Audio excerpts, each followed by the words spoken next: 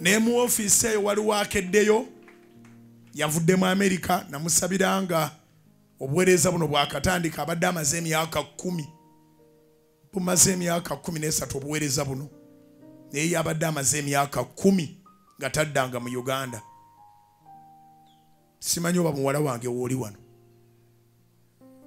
akedde ku office eyo nitubeera ffenna obudde obuwerako ndowooza agenze ayina byakutula kuba kati bw'ojja wano naawe ebiseera bijja ojja kutambulangamu okomewo wano omalize kino omalize kiri omalize kino omalize kiri. Yabadde wano yesterday n'akola appointment bwe twamaze lankyawa ne mugamba it's okay katukeere twogere nga tulina akadde tuleme kwogerera mu lukuubo. 10 years yagenda tetulina radio, yagenda tetulina radio, tetulina TV, naye yagenda ne CD. Jukira abaali wedda nagabanga CD, abamu balina CD ezisuka mu 10 ze nabawanga ku bwereere. Ze nagulanga CD ne tuzoocha ne tuteekako omutwe gw'enjiri ne tuteekako enjiri zonna nga bwe zibadde mu wiiki 2 oba mu wiiki. Aŋambye CD ezo akyazinerayo kyamu n'agaba mu America eyo, naye aŋambye okumuweera ku bujulizi bwe eyagenda obugenzi bwatyo andaze ndowooza amayumba landlord ayina amayumba g'abapangisa mu America agasuka mu 10. Kubira Mukama engalo ez'amaanyi. Musumba Edward Kayizi abadde wamusanzeewo. Tubadde ne Musumba Edward Kayizi mu office amusanzeewo. Era abeera muwala we kuba bamuyita Ndagire. Muwala we yeddira Mamba. Naye muwadde obudde bungi kubanga abadde antegeeza nti ekyamuleetera okusabanga nange yawulirizanga ennaku yange n'awulirize n'ajjukira ennaku ye. N'agamba kansabe nono yanantegeera. Ennaku ye yali mpanvu. Sigenda gikunyumiza Katonda kukolera ebibyo naawe onyumye ebibyo mu linnya lya Mukama waffe Yesu. Akatono ke nsobola okugamba nti ng'emmere eyiye ne banne bwe bagijjula Mukakitaawo agibatera ku mulyango gwa toilet nga mbikkule. Ata akakasa nti agenda obbagamba nti bagijjeyo nga yawoze edda nejjula ensowera. Naye nga taata talina kyagamba. Taata nga talina kyagamba. Naye Katonda ono yeewuunyisa kubanga kati ye muwala alabirira taata. Akoze ebintu bingi mu myaka 10 gy'atabadde wano. Ayina baakolagana nabo. Taata baamukolera ennyumba z'abapangisa, ne bamukolera amaduuka, ne bamukolera biki. Kati omukazi oli yakulira bumu ng'abatulugunya. Ne yeegoba n'agamba nti Ndagire yeegatta ne taata ne bamuloga. Ne yeegoba yekka taata n'awasa omukazi alimu amagezi. Kubira Mukama engalo ez'amaanyi mu linnya lya Yesu. Baganda be bonna abaweeredde. Baganda be bonna abaweeredde abazaalibwa omukazi eyababonyaabonya. Kubanga ate baganda be tibakisiddwa nnaku bano gye baalaba. Nabo baabuuzanga maama waabwe lwaki eyaba n'agiteeka ku toilet. Kubanga basubirwa okukola emirimu awo egitali gya bulijjo. Abaana bwe babanga bayina bwe bagenza awo bapamyewo. Bwasangula bagamba lwaki bano bandagire tebabijjewa. Binga bwamujjawo bamutwala mu buliri bwabwe. Tiyali muntu naye ng'ate akyali mulamu. Naye Mukama ono mwesigwa abamu bagenda kubeerawo balabe Katonda bw'asaasira. Kubira Mukama engalo ez'amaanyi. Abamu bagenda kubeerawo balabe Katonda bw'asaasira. Yamuloga n'akoowa naye Katonda waffe yafurula eddogo lyonna. Yalifurula n'alimaliramu ddala amaanyi. Mukubire engalo ez'amaanyi Mukama. Tewaliwo kigenda kukwata kikulemereko. Tewaliwo kigenda kukwata kikugaanire. Kubanga waliwo Katonda ayogera eri obulamu bwo. Waliwo Katonda yagamba nti obeere bw'oti. Kati omukazi awakanya oba omusajja awakanya, simanyi bbanga ly'amaze nga awakanya. naye ebirooto byo bigenda kutuukirira. Ebirooto byo bigenda kukola bitya? Bigenda kutuukirira. Mpuliriza obujjulizi. Nabonaabona nnyo, naye omwana muwala oli yabonaabona. Sitoola agimpadde, tusisinkana nga nkyali mu ndeeba. Rejection ye yali ebaliko. Yali anoonya musumba mulala sinze. Naye ne bamugamba ajjuze n'empapula. Empapula n'azijjuze ne bagamba byajjuzizaamu tebina makulu. Kati abaava waggulu bw'ati ng'alemeddwa okulaba omusumba.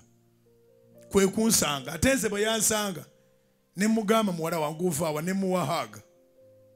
Bwe muwahaaga obulamu bwe bwatandikira awo. Bwe namuwahaaga obulamu bwe bwatandikira awo. N'agamba nazze kunsabira naye binnemeredde byonna biganye. Ne twambuka mu ofiisi gye nali mbeera naye awo. Ne mugamba fukamira wansi. Ne muteekako omukono ne mugamba nti olabye ennaku nnyingi nga talina jimbuulira. Era olwalo lwentegedde ebyafaayo bye. Ne mugamba nti olabye ennaku nnyingi. Naye kaakati ennaku egenda kuzingibwako, genda olabe omukono gwa Mukama. Era olwaleero buli gwe ngenda okussaako amafuta ngenda kugamba ekigambo eki, genda olabe omukono gwa Mukama. Genda olabe omukono gwa Mukama. Genda olabe omukono gwa Mukama. Genda olabe omukono gwa Mukama. Angambye musumba, wonna w'oyagalira okujja mu America, amayumba gaagano agandaze gonna. Buli kimu angati tujja kutambuza tukulambuza America w'okusula weewali. Oyo bamuyita Katonda. Naye njala kutegeeza Katonda waliwo bagenda obutaganya kubaawo. Ne waliwo bagenda okuganya babeewo. Olunaku lumu olitula n'ogamba nti anfusa amafuta ku mutwe n'ekikompe kyange kiyiwa. Anteeketeekedde emmeeza mu maaso g'abalabe bange. One day, lunaku lujja lulinde amawanga gagenda kukankana ku lulwo. Ensi egenda kukankana ku lulwo. Amawanga gagenda kukankana. Katonda alina kyayogera. Ate basseba ne bannyabo teri kintu kirungi nga kugondera Katonda n'ova mu byensi. Wadde twalina kye waafunye naye baba yakujja e Misiri agenda kuwa amata, agenda kuwa mubisi gw'enjuki. Kubira Mukama engalo ez'amaanyi oba okiwulidde. Omuntu n'akuvuruga n'akubuzaako ekitiibwa n'ateeka bbi mu buliri bwo. N'akuvuruga n'akubuzaako ekitiibwa, essowaani y'emmere ne bagiteeka ku mulyango gwa kabuyonjo. N'akuvuruga n'akubuzaako ekitiibwa n'akulaga nti ensi yonna eri mu mukono gwe, ate naawe awo tolina w'olaga ogenda kubonaabona. Kyajja nno kitya taatawo okuwasa omukazi omulala. Maama wa bano yafa bufi. Omukazi ali mu malaalo n'omubonyaabonyeza abaana bw'otyo. Bw'abaawo alina ky'abuuza n'omugamba genda eri ku malaalo yewali nnyoko. Genda eri ku malaalo yewali nnyoko. Sirabanga kintu kirungi ku nsinga kuzaalibwa mulundi gwakubiri. Being born again, it is the greatest gift that you can ever receive.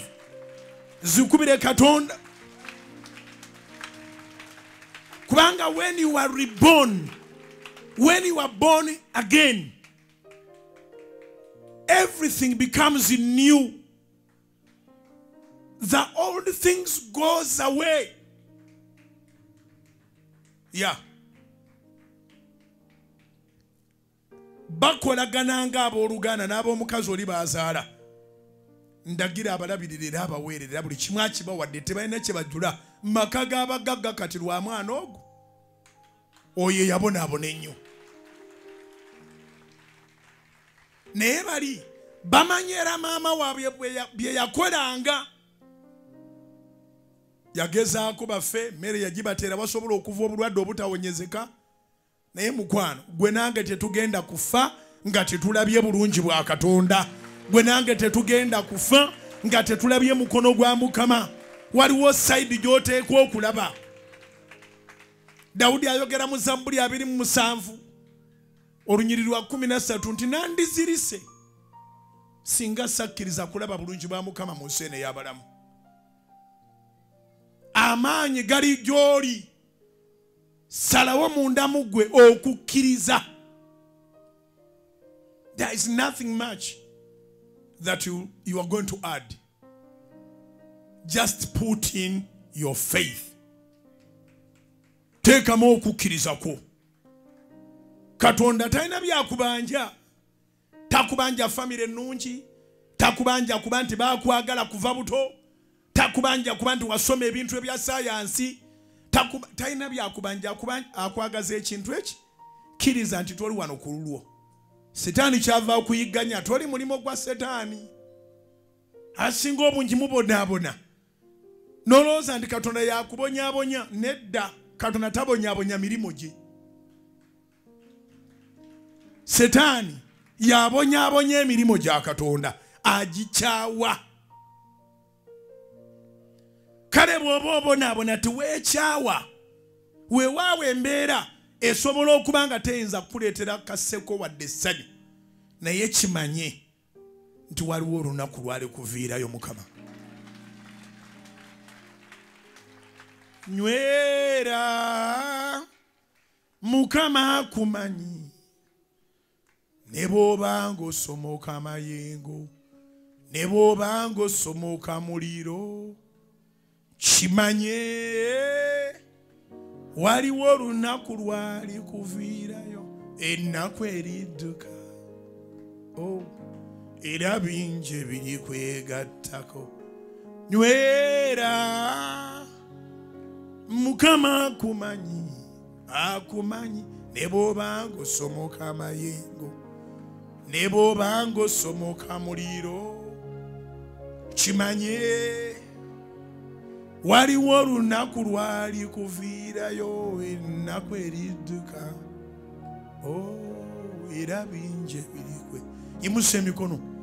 Nywera Mukama akumanyi, akumanyi, ne bw'oba ng'osomoka amayengo, ne bw'oba ng'osomoka muliro, kimanye waliwo olunaku lwali kuviirayo, ennaku eridduka, era bingi ebiri kwegatta. Nywera Mukama akumanyi, akumanyi, ne bw'oba ng'osomoka amayengo, ne bw'oba ng'osomoka muliro, kimanye waliwo olunaku lwali kuviirayo, ennaku eridduka, era bingi ebiri kwegattako. Mukubire engalo ez'amaanyi mugambe nja kunywera. Mukubire engalo ez'amaanyi mugambe nja kuguma. Mukubire engalo ez'amaanyi mugambe nja kukkiriza.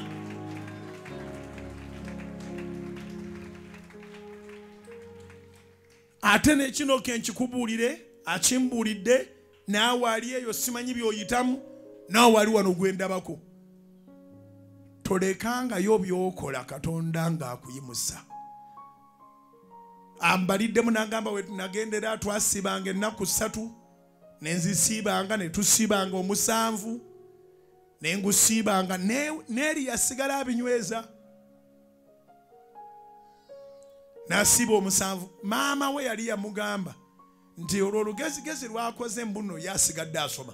Kitaawe yabulwa bwamujja mu ssomero, kubanga nga bw'atakulembera abeera wakubiri. Kugamba nga luwaawo ekisa, wadde ebintu byonna byalinga ebiganye ne waliwo ekisoboka. Maama we n'amugamba ne bw'alisoma atya agenda kufumbirwa akasajja akaavu mu nga kali eyo kabula soke. Kati ng'omuwala tawuliranga na kigambo kabula soke. Andeetedde omusajja Omu America, balina omwana omu wa myaka 4. Muyinza oba mwamulabyeko omuwala yabadde wano jjo n'omwana omukyotala. Oyo ye mwana gwe baagamba okufumirwa ekabula soke, Yafumbidwa Mu America. Yafumbidwa Mu America alina bebbi bagagga. Obulamu si bwangu naye bw'obukwasa Katonda mpola mpola ojja kusanyuka. Bw'obukwasa Katonda mpola mpola ojja kusanyuka. Nangamba bwe tulangirira 42 ayingira 42. Bwe tugamba nti 21 abeeramu 21. Kale olugero olubadde luwanvu abali tulina okunyumya ebintu bingi kuba yagenda ku mulembe nga ngaba siddi.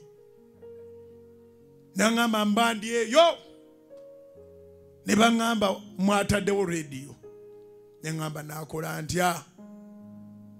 Ne baŋŋamba mwataddewo TV kuba lwe tubiteeka watesi lwe tugenda ku app tekinologi mupya. Agenda okulaba nga tutaddewo Soloti TV ne Soloti FM ng'eri ku app. Aŋŋambye eka banyazaala be baganda be baani tebawulira Luganda ntabulamu butono obw'Oluzungu. Naga naye kati nabo batega bo bamanyi bye naasaba bijja kubakolera. Yayanjulira omwami we kye bayita vision book mwe mwava amayumba g'abapangisa ge balina. Buli nnaku z'omwezi 3 mu lumu basula bawanisa ebitabo. Yayanjula vision book mu maka, yayanjula Soloti TV mu maka. Avunulako byavunuddeko bwe tuyingira mu kusaba n'ayingira mu kusaba nabo n'abagamba bayingire mu kusaba. Ndi mu America nti obeera wansi n'obeera ku fuleddako n'obeera ku fuleya waggulu ate nga buli wonna tutumbudde. Kale neebaza Katonda nti tewali nsi erina buyinza kuŋŋaana kuyingirayo. Kubira Mukama engalo ez'amaanyi ezikubira waggulu zinoge. Tewali nsi erina maanyi gaŋŋaana kuyingira. Enjiri mwebale kunnyamba, mwebale kumpanirira, mwebale sapooti yammwe, mwebale ebimu bye-10, mwebale ebiweebwayo. Tebabalimbanga nti nyina obugagga bwe neeterekedde. Obugagga bwange bwonna buli mu Katonda. Era buli kye munkwasa nkiteeka mu Katonda. Amazima ga Katonda ali mu ggulu. Ndi wakati mu kisiibo sobola kuleera bwentyo nga nnimba. Siringa bapasita abalala. Sibalinaako obuzibu naye sirina zifaamu, sirina masomero, sirina amalwaliro. Buli kintu kye munkwasa teri kintu kizibu kyakuddukanya nga rediyo 6 ne TV ng'ekola essaawa 24 ng'ekompiitinga. Abali mu TV industry tewali TV gye batyanga Soloti. Tetulwanira bizinesi zaabwe batunda mwenge, batunda biki, balanga bivulu. Abaana bonna boolaba tulanga ku Soloti nga bayimbi ab'abalokole tetubajjangako wadde ekikumi eki. Ne bwe baba balanga nga baga nti emmeeza ya $5,000,000 ne baba balanga biki tetubajjako wadde $5. Nze ndi mubuulizi wa njiri. Bwe nfuna agibuulira nga agiyimba nga muwagira. Abasumba ne bateerawo platform olw'ekisa kya Katonda. Abaagala babuulira, abatayagala nga balina bye beekwasa, balina mikwano gyabwe abasumba abakadde. Bwe banaabalaba ye ate bajja bakyawa waakiri balekayo okubuulira enjiri emyoyo gibule naye nga tebanyiiziza mwami gundi. Ebyo byabwe. Naye teri pasita gw'ololebe ku Soloti TV ng'asasudde wadde $5.